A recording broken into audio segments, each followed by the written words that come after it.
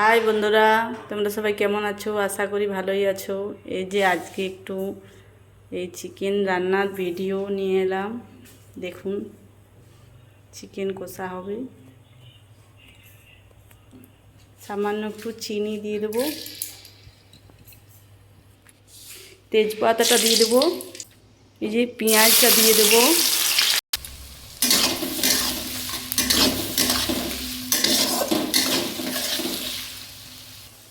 একটু লবণ দিয়ে দেবো। লবণ একটু ভাজার সময় দিলে পেঁয়াজটা গলে যাবে, না দিলে গলবে না।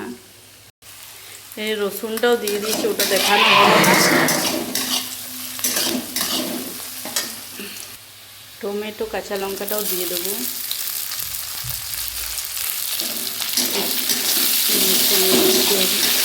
আদাটা পরে দেবো, কেননা এখন আদাটা দিলে পুড়ে যাবে, তাহলে স্বাদটা পুরোই নষ্ট হয়ে যাবে মাংসটা।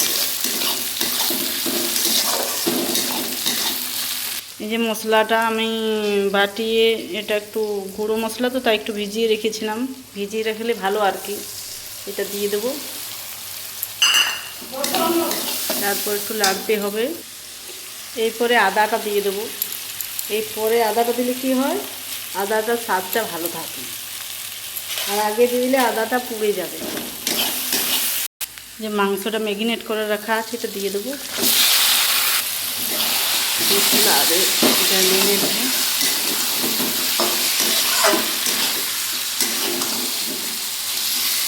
মাংসটা এইভাবে অনেকক্ষণ ধরে কষাতে হবে। যত মাংসটা কষাবেন তত টেস্টি হবে খেতে।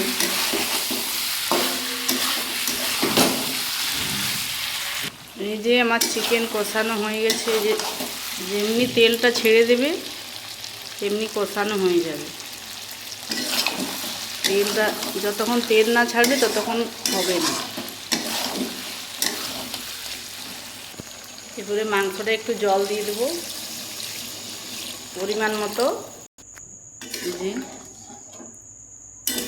এরপরে একটু ফুটতে 5 মিনিট ফুটবে মাংসর ঝোল।